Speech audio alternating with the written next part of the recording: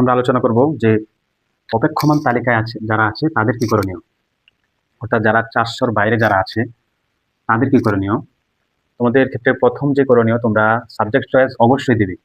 Subject choice দেওয়ার ক্ষেত্রে তোমরা কোনো কৃপণতা করবে না, অর্থাৎ চট্টগ্রাম বিশ্ববিদ্যালয়ের বিটি ইউনিটের যাদের রেজাল্ট প্রকাশিত হয়েছে তারা সকলেই সাবজেক্ট চয়েস দিতে পারবে। তোমরা জানো যে অনেকগুলো বিশ্ববিদ্যালয় এখনো পরীক্ষাই হয়নি, গুচ্ছ বিশ্ববিদ্যালয় এখনো বাকি আছে, অনেকগুলো বিশ্ববিদ্যালয় এখনো রেজাল্ট প্রকাশ করা হয়নি, ঢাকা বিশ্ববিদ্যালয়ের বি ইউনিটের রেজাল্ট এখনো প্রকাশিত করা হয়নি।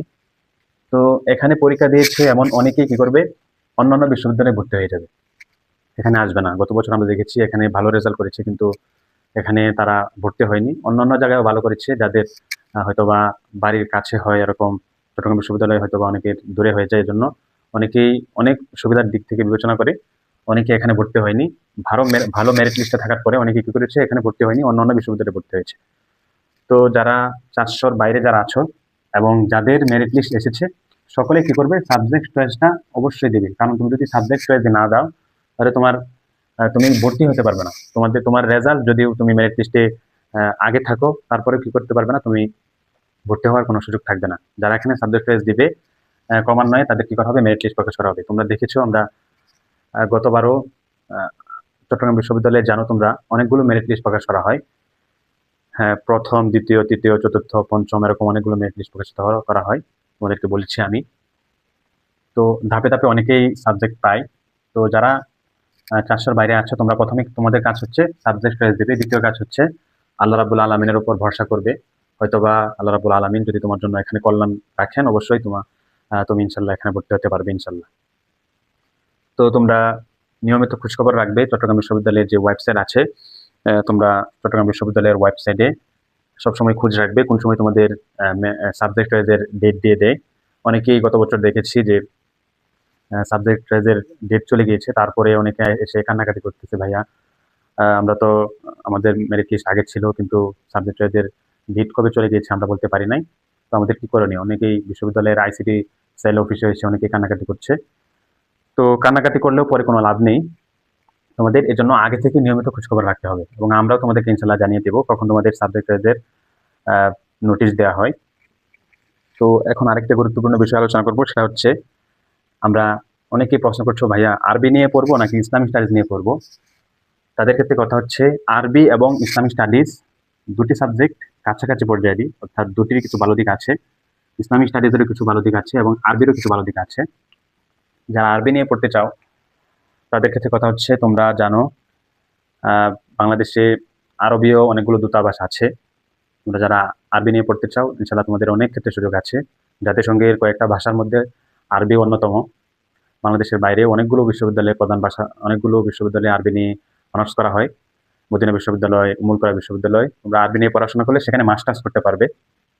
এবং বাংলাদেশের বাইরে অনেকগুলো দেশেও প্রধান ভাষা হচ্ছে আরবি। তো যাদের স্বপ্ন আছে তোমরা আরবি নিয়ে কোনো কিছু করতে চাও এবং আরবিতে তোমরা ভালো করতে চাও, তারা আরবি সাবজেক্টকে আগে রাখবে। আরেকটা বিষয় হচ্ছে, আরবিতে পড়াশোনা করলে তোমরা বাংলাদেশের অনেকগুলো এমপিওভুক্ত মাদ্রাসা আছে আরবি প্রভাষক, তোমরা আরবিতে অনার্স করার মাধ্যমে সেখানে প্রভাষক হিসেবে জয়েন করতে পারবে। কিন্তু ইসলামিক স্টাডিজে যদি পড়াশোনা করো তাহলে আলাদাভাবে তোমাদেরকে ফাজিল করতে হবে। কিন্তু আরবি নিয়ে যদি পড়াশোনা করো আলাদাভাবে ফাজিল করতে হবে না। তোমরা আরবি যে সাবজেক্টে আছে সেটার মাধ্যমে তোমরা প্রভাষকের আবেদন করতে পারবে। তো গত বছর দেখেছিলাম অনেকেই প্রথম হয়েছে, প্রথম না দ্বিতীয়, তৃতীয়, চতুর্থ, অর্থাৎ 50-এর ভিতরে অনেকে আছে যারা প্রথম লিস্টে থাকার পরে যারা কি করেছে, আরবি সাবজেক্টটাকে আগে রেখেছে। তো দুটিরই ভালো দিক আছে। ইসলামিক স্টাডিজ নিয়ে যারা পড়তে চাও তাদের ক্ষেত্রে কথা হচ্ছে, তোমরা জানো ইসলামিক স্টাডিজ সাবজেক্টটি অনেক ডিমান্ডেবল। চট্টগ্রাম বিশ্ববিদ্যালয় ছাড়া অন্যান্য বিশ্ববিদ্যালয়, বাংলাদেশের ঢাকা বিশ্ববিদ্যালয়, জগন্নাথ বিশ্ববিদ্যালয় এবং রাজশাহী বিশ্ববিদ্যালয় ইসলামিক স্টাডিজ সাবজেক্টে আছে। এবং বাংলাদেশের অনেকগুলো কলেজেও ইসলামিক স্টাডিজ সাবজেক্টে লেকচারার হিসাবে জয়েন করা যায়। বিসিএস শিক্ষা ক্যাডারে যদি তোমাদের স্বপ্ন থাকে, তোমরা ইসলামিক স্টাডিজ সাবজেক্টে নিয়ে পড়াশোনা করতে পারো। ইসলামিক স্টাডিজ সাবজেক্ট নিয়ে পড়াশোনা করলে তোমরা কোরআন, হাদিস, আকাইদ, ফিকাহ এবং ইসলামের যেই গুরুত্বপূর্ণ বিষয়গুলো আছে, শরীয়তের যে গুরুত্বপূর্ণ বিষয় আছে, ইসলামিক স্টাডিজ নিয়ে তোমরা অনেক গবেষণা করতে পারবে। ইসলামিক স্টাডিজ সাবজেক্টে অনেক ডিমান্ডেবল। আরবি নিয়ে যারা পড়াশোনা করবে তারা পুরানো আরবের ইতিহাস, পুরানো আরবি সাহিত্য, ইমরুল কায়েসের কবিতা এবং আরবির নিগূঢ় তথ্য, সেগুলো বিষয় তোমরা আরবি সাবজেক্টে পাবে ইনশাল্লাহ। তো ইসলামিক স্টাডিজে যারা পড়াশোনা করবে তাদের চাকরির ক্ষেত্রেও অনেক বেশি। তোমরা বিসিএস শিক্ষা ক্যাডার আছে ইসলামিক স্টাডিজে, কিন্তু আরবিতে বিসিএস শিক্ষা ক্যাডার নেই। অন্যান্য শিক্ষা ক্যাডার অন্যান্য ক্যাডার আছে বিসিএস এ, অর্থাৎ তোমরা জানো যে কোনো একটি বিষয় নিয়ে অনার্স করলে তোমরা যে কোনো একটি ক্যাডারে যুক্ত হতে পারবে, কিন্তু শিক্ষা ক্যাডার আরবিতে নেই, ইসলামিক স্টাডিজে আছে। সেক্ষেত্রে ইসলামিক স্টাডিজ সাবজেক্টটা আরবির থেকে একটু ডিমান্ডেবল। তো এটা হচ্ছে আরেকটা বিষয় হচ্ছে কি জানো, সাবজেক্ট এটা নিজের পছন্দের বিষয়। তোমার যে বিষয়টা ভালো লাগে পড়াশোনা করতে তুমি সেটাকেই আগে রাখবে। অনেকে আছে তোমরা সাবজেক্ট দেওয়ার ক্ষেত্রে নিজের পছন্দকে অগ্রাধিকার না দিয়ে অন্য ভাই যেটা তোমাকে বললো সেই বিষয়ে তুমি প্রাধান্য দিয়ে দাও। এটা তোমার বিষয় অবশ্যই। তোমার কাছে যে বিষয়ে পড়াশোনা করলে তুমি ভালো করতে পারবে ইনশাল্লাহ ভবিষ্যতে, সেই বিষয়টাকে সাবজেক্ট এদের ক্ষেত্রে আগে রাখবে।